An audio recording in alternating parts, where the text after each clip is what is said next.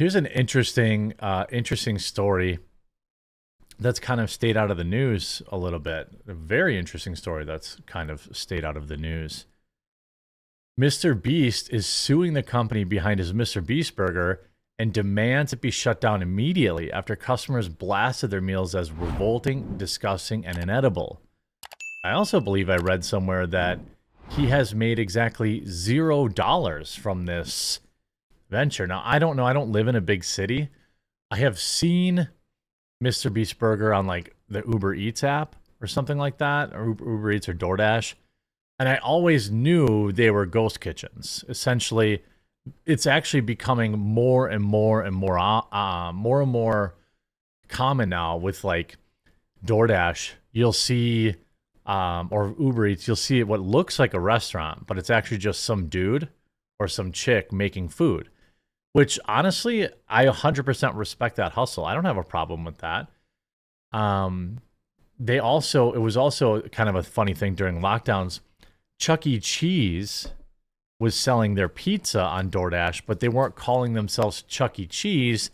They were calling themselves, I don't know, some other Pizza Delight or something like that. I don't know what it was called, but I thought it was pretty funny. Like, they were making it all inside of Chuck E. Cheese, but they were rebranding it as a separate. By the way, if anyone's ever had Chuck E. Cheese pizza, which I suppose I can't say I've had since I was a small child, I remember it then being pretty terrible. I suppose I don't know now. I have friends who have kids, but I don't think they take their kids to Chuck E. Cheese anymore. But anyway, the Ghost Kitchen thing is real. It's basically just a branded thing. So Mr. Beast starts his Mr. Beast Burger, heavily promotes it. And what was weird is in all of his ads, and I don't have any problem with Mr. Beast, opening these places. Chuck E. Cheese was called Pascali's Pizza. Yes, Pascali's Pizza. Famed YouTuber is suing the company behind his branded line of Mr. Beast burgers and demanding it be shut down after customers blasted their meals as inedible. The YouTube megastar, known for his extravagant cash giveaways, filed a lawsuit in New York District City Court yesterday, accusing the virtual dining concepts of damaging his reputation by selling undercooked burgers and cold fries with his name on them. The Florida-based company partnered with a 25-year-old whose real name is Jimmy Donaldson to launch the food-based venture back in 2020, using storefronts of existing restaurants to cook up the sandwiches. And from what I know, Mr. Beast Burgers was not. They made like burgers and chicken tenders, like kids' food. They probably had Dino Bites. It wasn't like some place that you would choose to eat unless you were already a fan of Mr. Beast.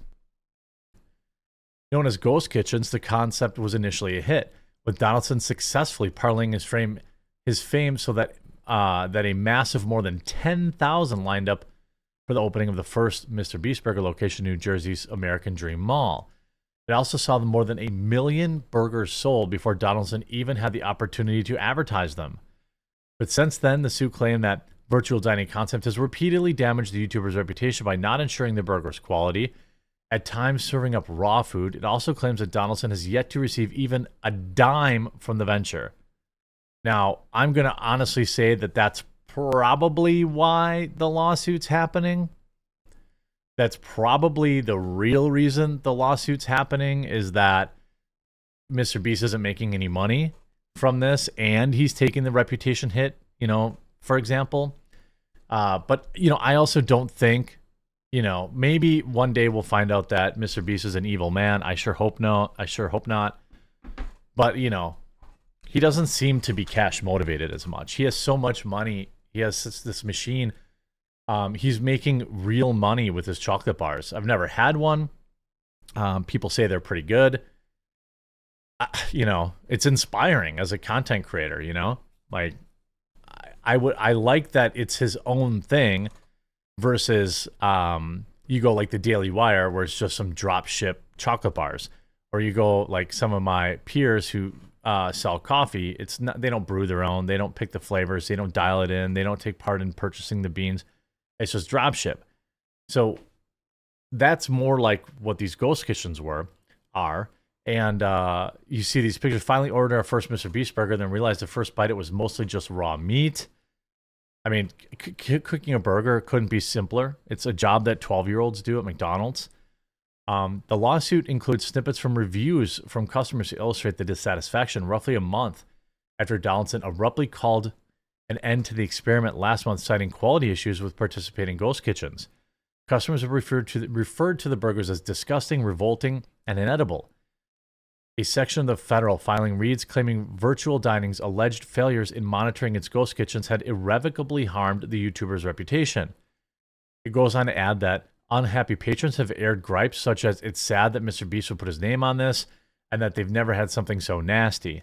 I mean, the other thing is that he was charging $10 for a cheeseburger. Where I'm from, in the Midwest, there is no $10 cheeseburger. You might have a $10 cheeseburger on the menu, but it better be a fancy place. It better have like bacon, blue cheese. It better be on like a brioche bun.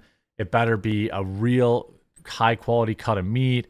It better come with fries and, you know, a different side. Like $10 is a lot for a cheeseburger, especially when it's just some fast food hockey puck burger, which is what they appear to be serving. Others quoted criticisms of the roughly $10 burger, including claims of inaccurate marketing, big name, poor food, and very upsetting for the high price.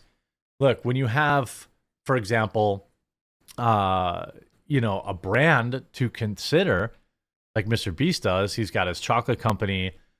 I'm sure he wants to launch other food ventures and other things like that. You really can't have these negative connotations around your name. So I definitely understand that.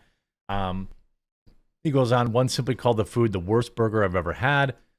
Using a course of public opinion, the complaint seeks to allow MrBeast to terminate his agreement with Virtual Dining Concepts effective immediately, shutting down one of the largest virtual brands in the United States in the process.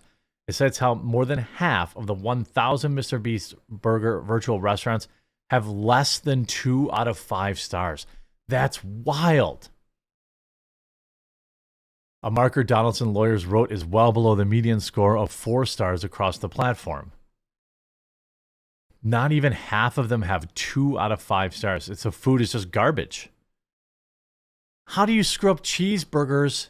How do you screw up cheeseburgers and chicken tenders? For the prices he was charging, he could be delivering the highest quality burgers and chicken tenders on the planet. What else does he sell? Like, how do you screw this up? Let's take a look. Here's the menu. A Beast burger. This looks like 2 smash burgers to me. Pickles, onions, ketchup, or whatever. Oh, here. Smashed crispy beef patties with house seasoning, American cheese, pickles, diced onion, mayo, ketchup, and brown mustard on a toasted bun served with your choice of fries and a drink. Okay, so very regular burger. Oh, it doesn't tell me the price. So he's got a cheeseburger, another cheeseburger. He's got a cheeseburger with French fries on the top. And he's got a sourdough or a melt. He's got more fake meat, by the way. Look at all these Impossible burgers. That's probably why he's losing money. Any restaurant that tried pushing these fake meat burgers, it's been a complete disaster. Carl's grilled cheese, 3 slices of cheese on. I wish I knew how much this stuff costed, but it looks extremely mediocre. A chicken tender sandwich, which is the same thing. You just make chicken tenders. So it's all they have are fries and chicken tenders and burgers. That's it. Like, okay, that's fine. Pricing and menu options vary by location. Okay, so basically the price is whatever they can get.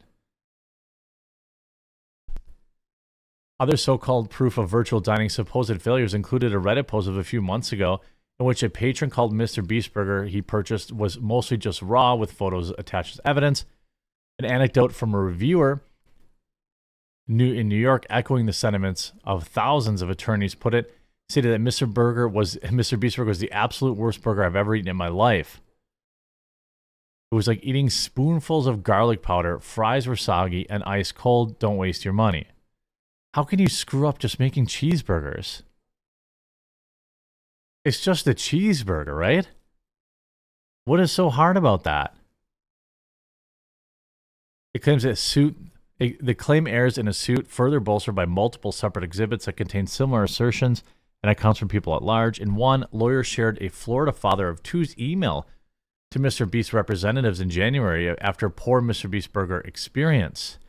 In that correspondence, the man, whose name was redacted to protect his identity, described how he felt as though he had let his children down by ordering from Donaldson's service. My children adore and love watching MrBeast videos daily. This is not a compliment or a grab for attention or money back. It's just more to make you aware of the situation that may be tarnishing your name with a product that is just being misrepresented. On December 30th, my son, 11, and daughter, 8, planned out an evening with the father and consisted of introducing me to MrBeast while eating MrBeast burgers. Sounded like a good plan to me, so I first tried to help them with the app, which continued to say it wasn't available in my country, the United States. After a while, I decided just to order through MrBeastBurger.com. It went fairly well. After the order was placed, I noticed that I could not tip the driver, which ended up being an Uber picking up the driver. The account ordered. I ended up paying cash to the driver, but I'm not sure how often this happens or if it was a glitch. Drivers may not want to pick up orders because of this delays with their food being delivered in a timely manner.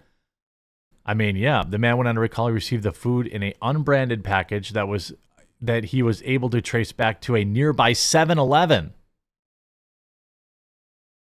So some quotes in Connecticut, MrBeast burgers are about $10 each, $15 with fries. Impossibles are $13 to $18. Yikes. I mean, a $10 burger better be really, really nice. Saw the reviews roasting the MrBeast burger. You know, oh gosh, all these, yeah, it's just raw. I mean, it's a burger. Any idiot can cook a burger. Last July, about 2 years into the venture, Donaldson bragged about the astonishing amount of money the burger chain had earned in the United States thus far, that then tapped at $100 million. The firm started with 300 locations, but quickly expanded to 1,000 in January. Cash earnings from the operations stood at $150 million in revenue. However, after accounting for the 30% fee paid to actual locations, as well as the cost of ingredients, packaging, shipping, storing, and other expenses, the net profit was only around $30 million, an amount supposed to be split between Donaldson and Virtual Dining Concepts. So him not getting his $15 million sounds like why he's filing this lawsuit. But, yeah. I mean, good on him. You've got to protect your brand. But, yikes. I don't know. Have you ever eaten at MrBeast Burger? I've never eaten there. I'm a fan of MrBeast, too. Like, I've got nothing against him, you know? So it'll be interesting to see how this plays out.